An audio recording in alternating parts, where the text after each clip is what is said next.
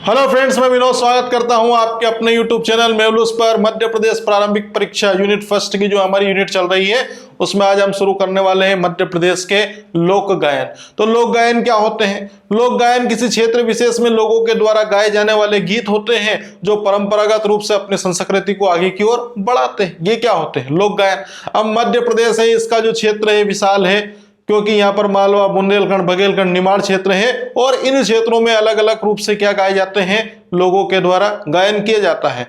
तो हम उसके बारे में पढ़ते हैं। पहले हम क्षेत्र के अनुसार चलते हैं और जो पहला आपका क्षेत्र आता है वो है आपका मालवा। तो मालवा के लोक गायन की बात कर लेते हैं।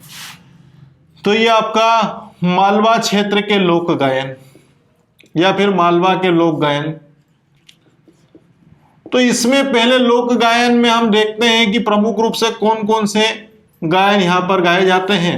तो मध्य प्रदेश के लोक गायन में जो पहला लोक गायन है वो है भरथरी। क्या नाम है? भरथरी। भरथरी लोक गायन है। उसके बाद एक आता है आपका हीड गायन। क्या नाम है? हीड गायन। जो तीसरा गायन आता है वो है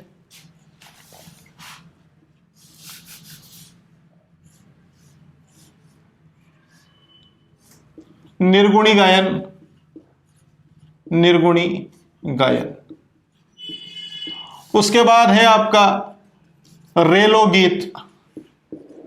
रेलो गीत। और एक और थोड़ा ध्यान रख लेना, एक है बरसाती वार्ता। बरसाती वार्ता।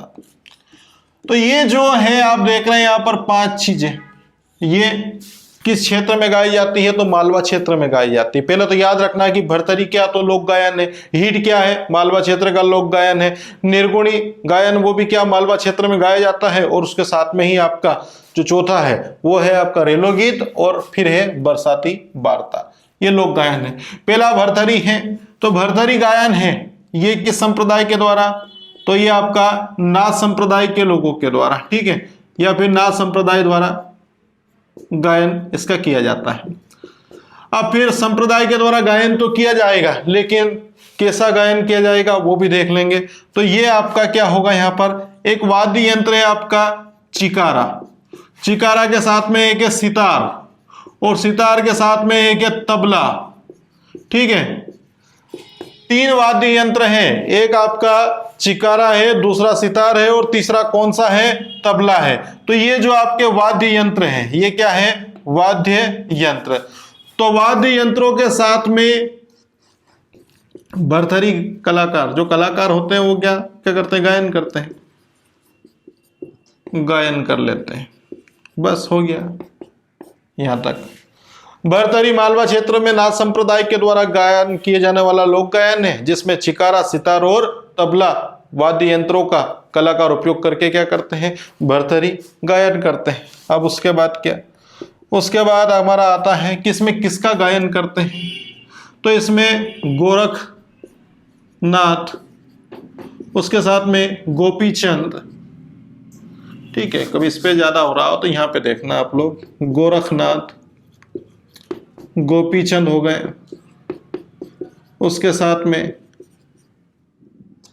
मीराबाई हो गई और कबीरदास हो गए। इनका यहाँ पर क्या होता है? गायन होता है। कबीर, इनके गीत यहाँ पर गाए जाते हैं, ठीक है। तो ये आपके 3 व्यक्ति नहीं 4 व्यक्ति हो गए। अब इसमें एक सितार और तबला तो देखा होगा, लेकिन ये क्या दिखा है यहाँ पर? चिकारा। कि चिकारा क्या है?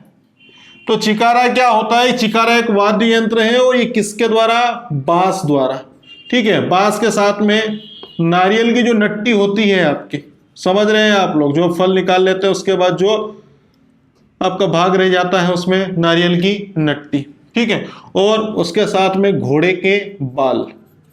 ये 3 चीजें हैं। इसको ठीक है, इसको एक उचित अनुपात में मिलाया जाता है और एक यंत्र बनाया जाता है जिसे वाद्य यंत्र के रूप में चिकारा के नाम से जाना जाता है। तो बांस हो गया है, उसके बाद में नारियल की नट्टी हो गया है और उसके साथ में घोड़े के बाल। इनके द्वारा किसका यहाँ पर चिकारे का निर्माण किया जाता है। अब हीड गायन है। तो हीड गायन मालवा का दूसरा लोक गायन है और इसे किस संप्रदाय के द्वारा? अहीर संप्रदाय के द्वारा, ठीक है, अहीर संप्रदाय के द्वारा गाया जाता है। और ये मुख्य रूप से कौन से माह में? श्रावण मास में।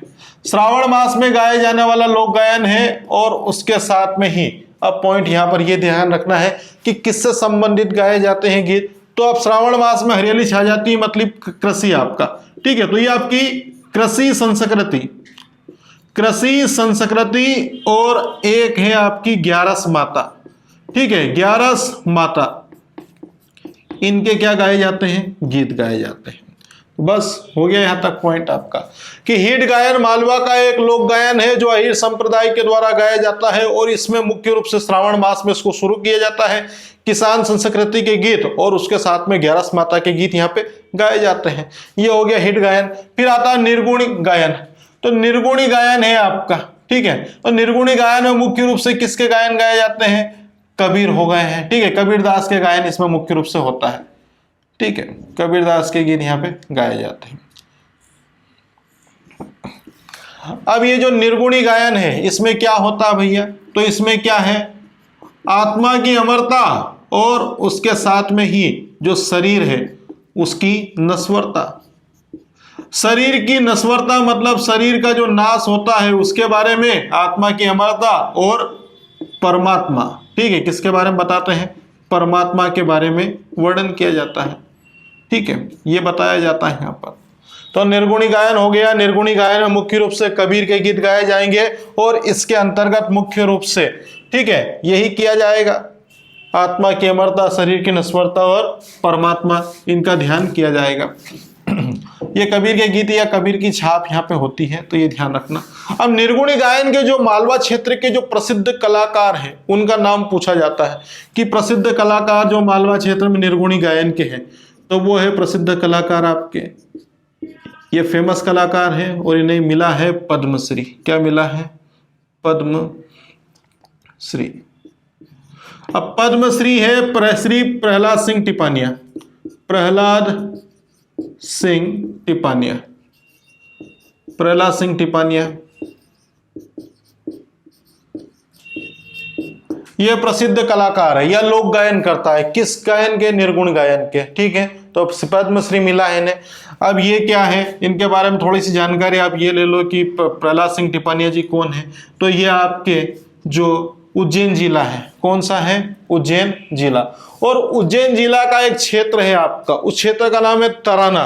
और तराना का एक गांव है, उस गांव का नाम है लुनिया खेड़ी। क्या नाम है? लुनिया खेड़ी। तो बस यहाँ पे ध्यान रखना है कि लुनिया खेड़ी से इनका संबंध है। और ये है आपका तराना, और तराना तो मैं डायरेक्ट यहाँ पे जिला लिख रहा हूं उज्जैन, ठीक है, तराना उज्जैन।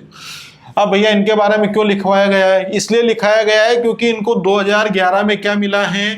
पद्मश्री। इन्हें 2011 में मिला है पद्मश्री। और इसके बाद भी इन्हें अन्य पुरस्कार मध्य प्रदेश सरकार के द्वारा भी दिए गए हैं, ठीक है, जैसे आपका शेखर सम्मान भी दिया है, शिखर सम्मान दिया गया है, इनको संगीत नाटक पुरस्कार दिया गया है। शिखर सम्मान इन्हें 2005 में दिया गया है और संगीत नाटक जो पुरस्कार है ये इन्हें 2007 में दिया गया है। और पद्मश्री अवार्ड है ये आपका कब दिया गया है? 2011 में दिया गया है। तो ये टिपानिया साहब के बारे में हो गया। अब उसके बाद अगर हम बात करते हैं किसके बारे में? रेलो गीत। तो रेलो गीत है ये मालवा क्षेत्र में मुख्य रूप से किसके द्वारा? ये आपका भील और कोरकू जनजाति के द्वारा, ठीक है, भील और कोरकू जनजाति के द्वारा गाए जाते हैं। अब कोरकू की जनजाति के कौन? नवयुवक और आपकी युवतियां, नवयुवक और युवतियां।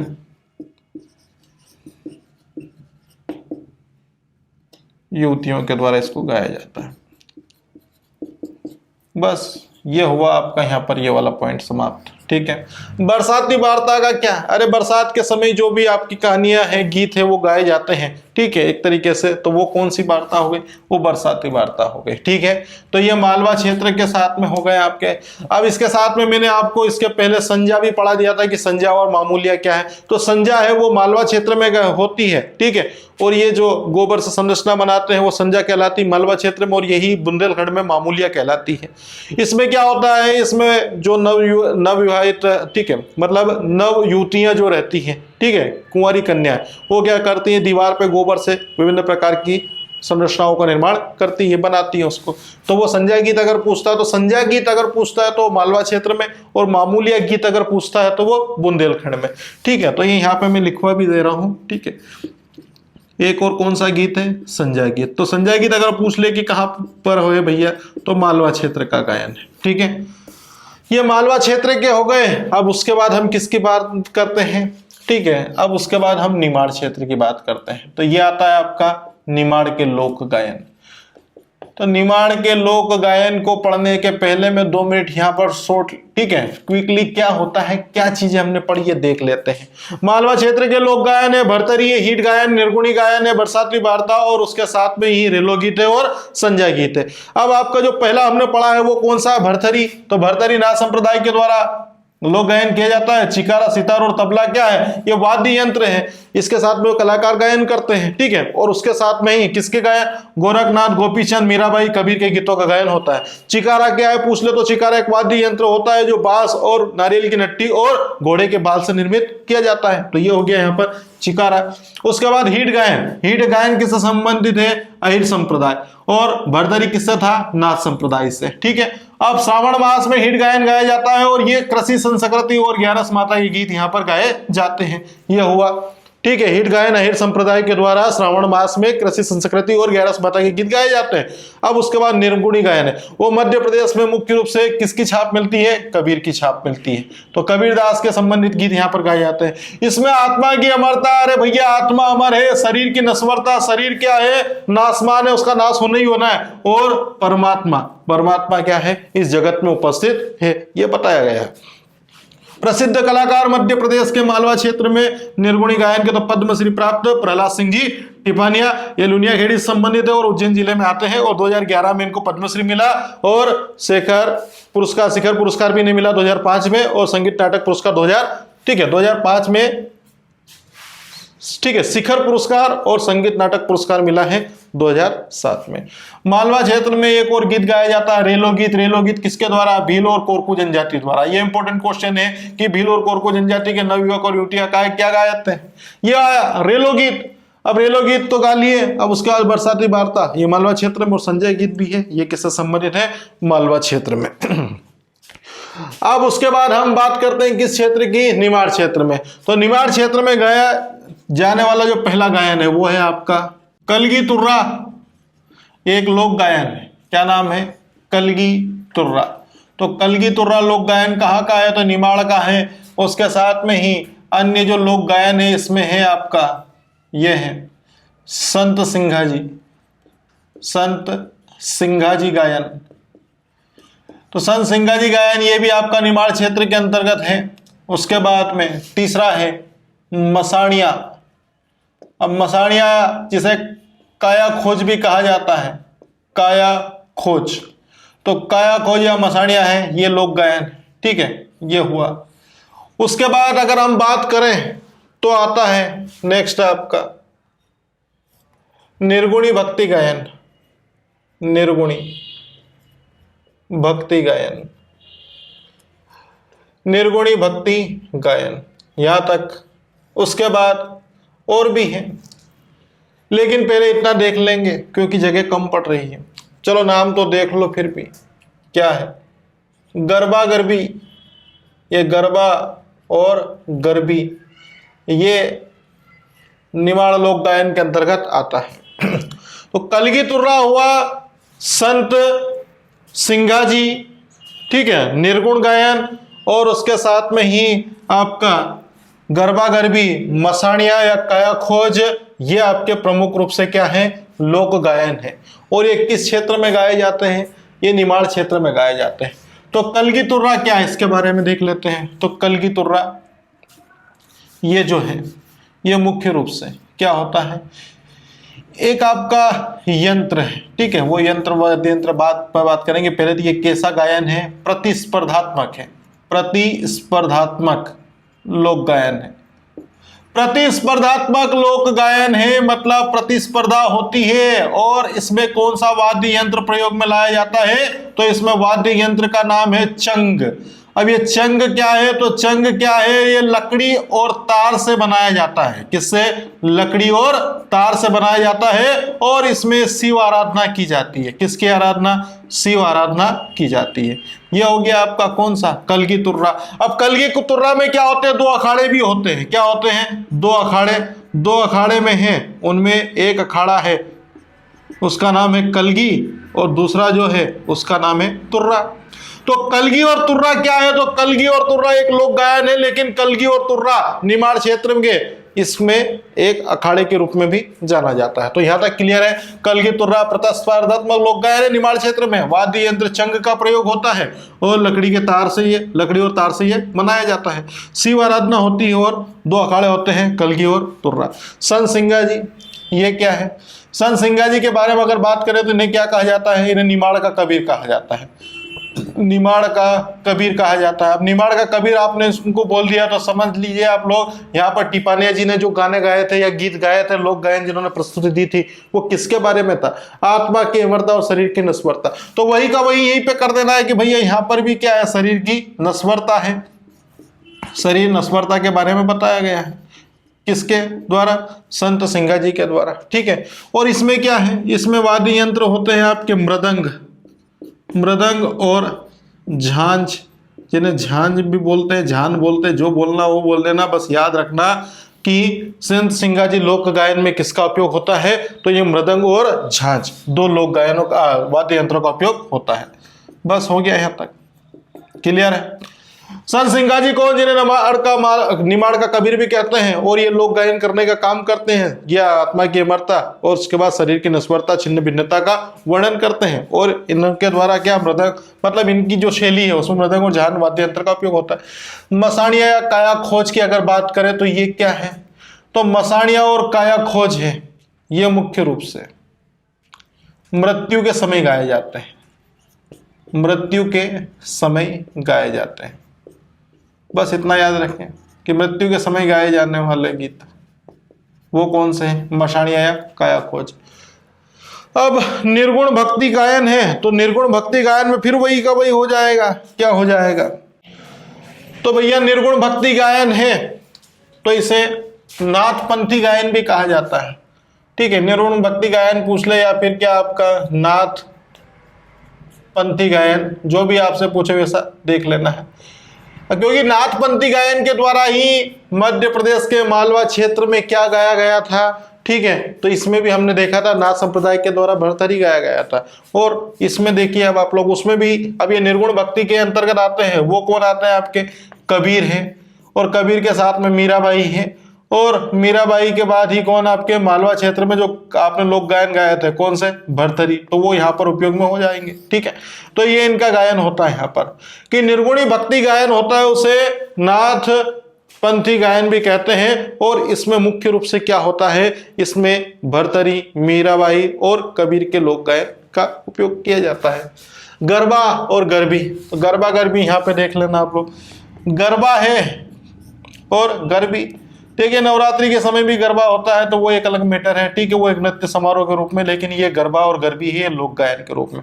तो गरबा जो लोक गायन है वो स्त्री परक है। ठीक है, ये स्त्री परक अनुष्ठान के कार्यों में उपयोग में लाया जाता है, जबकि आपका जो गरबी है वो क्या है? वो पुरुष। ठीक है, यह पुरुष परक है और इस पुरुष परक के अंतर्गत इसका अनुष्ठान में उपयोग किया जाता है। मतलब गरबा है वो स्त्री अनुष्ठान के अंतर्गत गाया जाता है और गरबी है वो पुरुष अनुष्ठान के अंतर्गत गाया जाता है। ये हो गया आपका कौन सा? निमाड़ और मालवा क्षेत्र।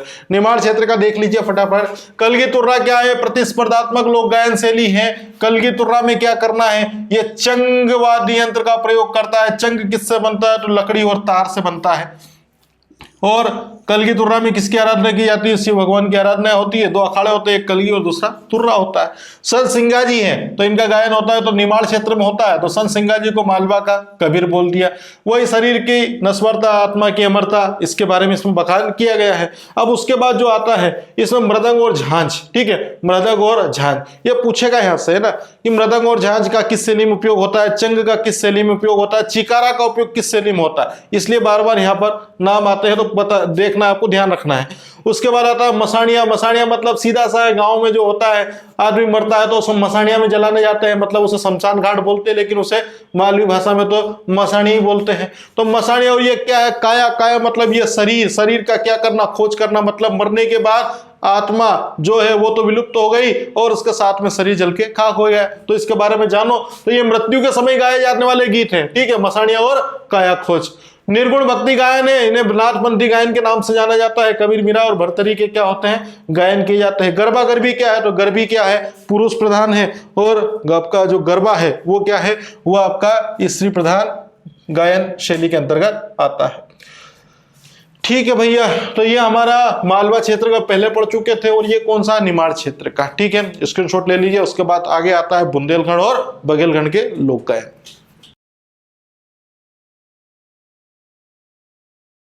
मालवा और निमाड़ लोक गायन के बाद अब हमारा आता है नेक्स्ट बुंदेलखंड लोक गायन। तो बुंदेलखंड लोक गायन है, तो बुंदेलखंड लोक गायन में जो प्रमुख रूप से वो आला खंड है। कौन सा है, आला, ये आला गायन।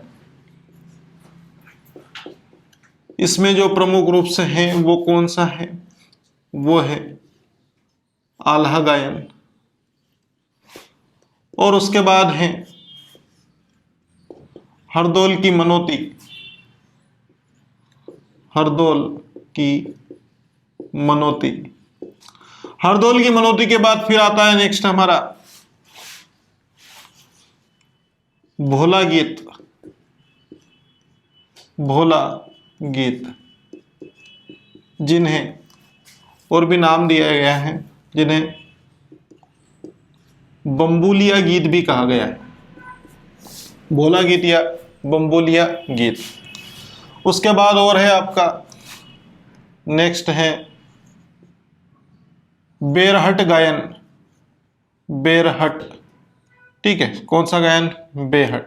बेरहट नहीं है, इसको बायट लिखना, ठीक है, बायट गायन। बायट गायन। और फिर है जगदेव का पुआरा। जगदेव का पुआरा। तो ये पहले तो इनके नाम देख लीजिए आप लोग कि आला गायन है वो बुंदेलखंड क्षेत्र में गाया जाता है। हरदौल की मनोती है वो भी बुंदेलखंड क्षेत्र में गाई जाती है। अब ये जो हरदौल की मनोती है बुंदेलखंड और बघेलखंड दोनों क्षेत्रों में प्रसिद्ध है, इसलिए दोनों क्षेत्र में गाई जाती है। अब उसके बाद फिर क्या, उसके बाद भोला गीत या बम्बुलिया है, और उसके साथ में ही क्या है, बायट गायन है, और बायट गायन के साथ में क्या है, जगदेव का पुआरा है। ठीक है, तो पहला हम देखते हैं वो कौन सा है, आल्हा गायन। तो पहले आल्हा गायन की बात कर लेते हैं। ये ध्यान रखना है प्रमुख रूप से आपके गायन यहां पर हो चुके हैं।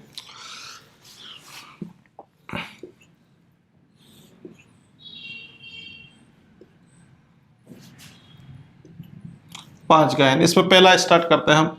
पहला है आल्हा गायन। तो आल्हा गायन है, ये कैसे है, वीर रस प्रधान लोक गायन है। वीर रस प्रधान गायन है। और ये क्या होता है, एकल लोक गायन शैली में गाया जाता है। एकल लोक गायन शैली, एक शैली होती है एकल लोक गायन शैली, उसमें इसको गाया जाता है। और ये मुख्य रूप से जो इसका गायन का काम होता है वो वर्षा ऋतु में। कौन सी ऋतु में, वर्षा ऋतु में। और वर्षा ऋतु में शाम के समय, वर्षा ऋतु में शाम के समय आला गायन का गायन होता है। और ये जो मुख्य रूप से है ये किसके बारे में बताता है, तो यह आल्हा खंड से संबंधित है। किससे संबंधित है, आल्हा खंड। तो आल्हा खंड क्या है, तो आल्हा खंड एक रचना है जिसके रचयिता, इसके रचयिता है जगनीक। इसके रचयिता है जगनीक। पूछता है कि जगनीक की रचना का नाम बताए, तो आल्हा खंड है। और ये परमार्थ देव के दरबारी कवि हुआ करते थे, इसके पहले इतिहास में हम पढ़ चुके हैं। तो आल्हा खंड के रचयिता जगनीक है। और इन्होंने क्या है, इन्होंने 52 लड़ाइयों का वर्णन किया है। 52 लड़ाइयों का वर्णन किया है।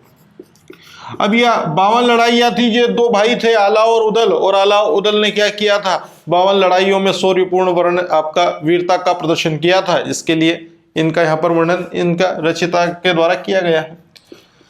तो बस हो गया यहां तक। आला गायन क्या है? तो वीर रस से परिपूर्ण एक लोक गायन शैली है जो मुख्य रूप से बुंदेलखंड क्षेत्र में गाई जाती है और एकल लोक गायन शैली है। ठीक है, वर्षा ऋतु के समय, शाम के समय गाई जाती है। और फिर क्या, उसके साथ में ही एक चीज ये भी जोड़ देना है इसमें, ढोल और नगाड़े। ठीक है, यहाँ पे जोड़ लेना पॉइंट को। इसमें किसका उपयोग होता है? ढोल और नगाड़े। ढोल और नगाड़े की थाप पर इसका क्या होता है? उपयोग होता है। और ढोल नगाड़े के साथ में आलाखंड के रचयिता है जगनेक और 52 लड़ाइयों का यहाँ पर वर्णन है। अब आता है हरदौल की मनोती। ये पहला हो गया आलाखंड, दूसरा कौन सा आता है? हरदौल की मनोती। तो हरदौल की मनोती में मैं यहाँ पे सीधा सा लिख रहा हूं कि हरदौल की मनोती क्या है भैया? तो हरदौल की मनोती है, इसके पहले जो हमने एक राजवंश पढ़ा था, बुंदेला राजवंश, उसके अंतर्गत कुछ चीजें हमने देखी थी हरदौल सिंह के बारे में। ठीक है, तो वहां पर हम अभी तो नहीं जाएंगे, बाद में देखेंगे, लेकिन अभी आप लोग यहाँ पे देखिए हरदौल की मनोती। ये गाई जाती है, ये गाई जाती है बुंदेलखंड और बघेलखंड में। बुंदेलखंड और बघेलखंड दोनों क्षेत्रों में गाई जाती है हरदौल की मनोती।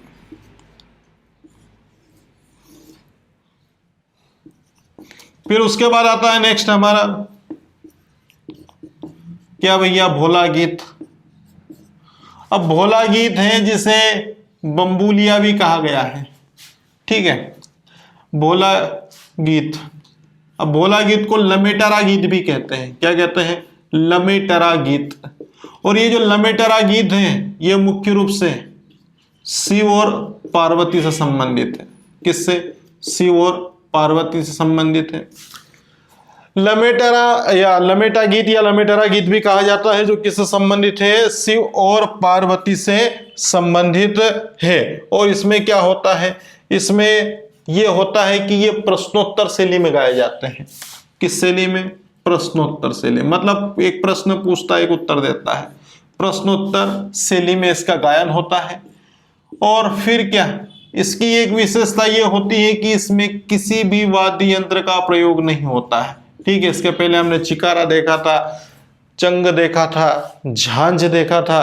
ठीक है, वो हमने देखे थे, लेकिन किसी भी वाद्य यंत्र का प्रयोग नहीं होता या उपयोग में नहीं लाया जाता वाद्य यंत्र में उपयोग। ठीक है,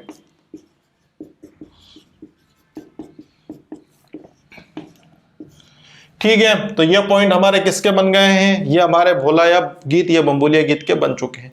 फिर कौन सा आता है आपका? ये वाला गायन है आपका भैया, जिसे हमने क्या कहा है?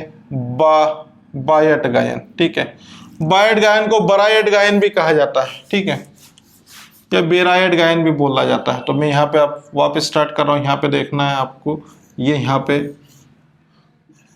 बायट गायन या फिर इसे कहा जाता है बेरायट गायन।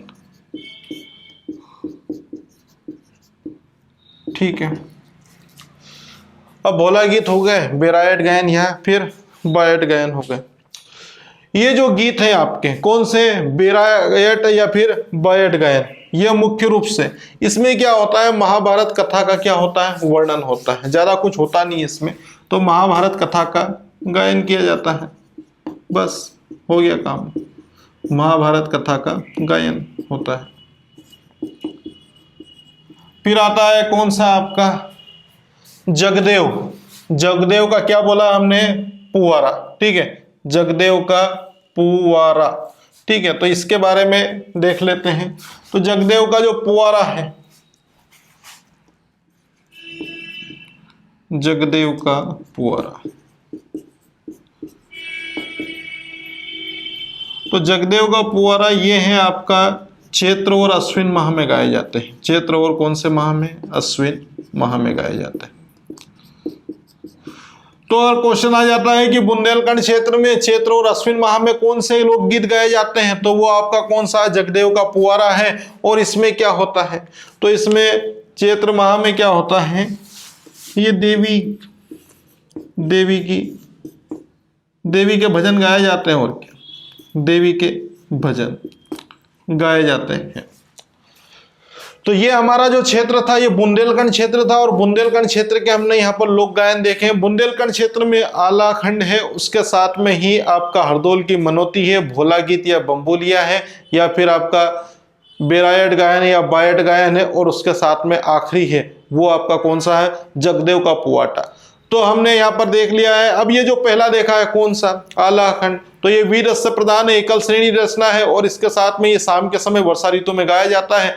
ढोल और यहाँ पर नगाड़े का उपयोग में किया जाता है, और इसके साथ में ही ये क्या होता है, गा लिया जाता है। आला खंड के 52 लड़ाइयों का वर्णन है, जगनिक के द्वारा इसकी रचना की गई है।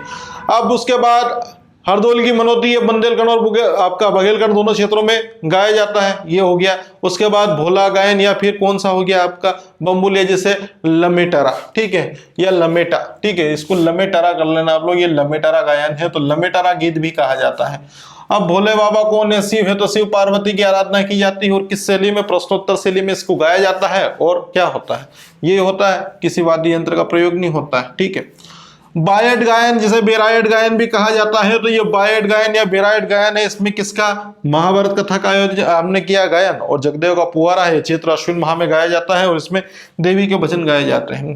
अब उसके बाद आखिरी हमारा बचता है जो क्षेत्र, वो है आपका बघेलखंड। तो यहां पर देख लीजिए बघेलखंड के लोक गायन, बघेलखंड के लोक गायन, मतलब बघेलखंड जो क्षेत्र है आपका, वहां पर कौन कौन से लोक गायन का उपयोग में या फिर ले जाते हैं। तो इसमें जो पहला है वो है आपका बसदेवा। कौन सा है, बसदेवा। तो बसदेवा जो लोक गायन है, ये मुख्य रूप से एक जाति है, कौन सी, हरबोला जाति। तो हरबोला जाति के द्वारा कौन सा लोक गायन गाया जाता है, तो भैया यहां पे बता देना, बसदेवा गाया जाता है। इसमें क्या होता है, श्री कृष्ण की जो मूर्ति होती है, इसको ये क्या करते हैं, सिर पे रखते हैं, और सिर पे रखकर क्या करते हैं, और ये जो हरबोला लोग होते हैं, ये पीला वस्त्र धारण कर लेते हैं, पीला वस्त्र, और पीला वस्त्र धारण करने के बाद क्या करते हैं, गीत गाते हैं, और क्या, ये गायन करते हैं। तो बस इतना बता देना है कि बसदेवा क्या है। तो बसदेवा हरबोला जाति के द्वारा गाया जाने वाला बघेलखंड क्षेत्र में एक लोक गायन है, जिसके अंतर्गत क्या होता है, कृष्ण की मूर्ति सिर पर रख दी जाती है, और पीले वस्त्र धारण करके क्या होता है, उनकी कथा गाई जाती है, ठीक है। अब कृष्ण की मूर्ति के साथ में यहाँ पे बसदेवा हो गया है, यहाँ पे कृष्ण की मूर्ति, तो यहाँ पर कृष्ण आराधना हो गई, राम हो गए हैं, कर्ण हो गए हैं, इनका क्या होता है, गायन होता है। दूसरा जो बघेलखंड क्षेत्र का जो गायन है वो है हमारा कौन सा, बास गीत है। तो ये बास गीत है, ये भी किस क्षेत्र में गाए जाएंगे भैया, तो ये आपका बघेलखंड क्षेत्र में गाए जाएंगे। अब बास गीत है, ये बसदेवा, ये बास गीत है, और ये जो बास गीत है ये मुख्य रूप से कैसे परक है, ये महिला परक है, मतलब महिलाओं के द्वारा इसको गाया जाता है।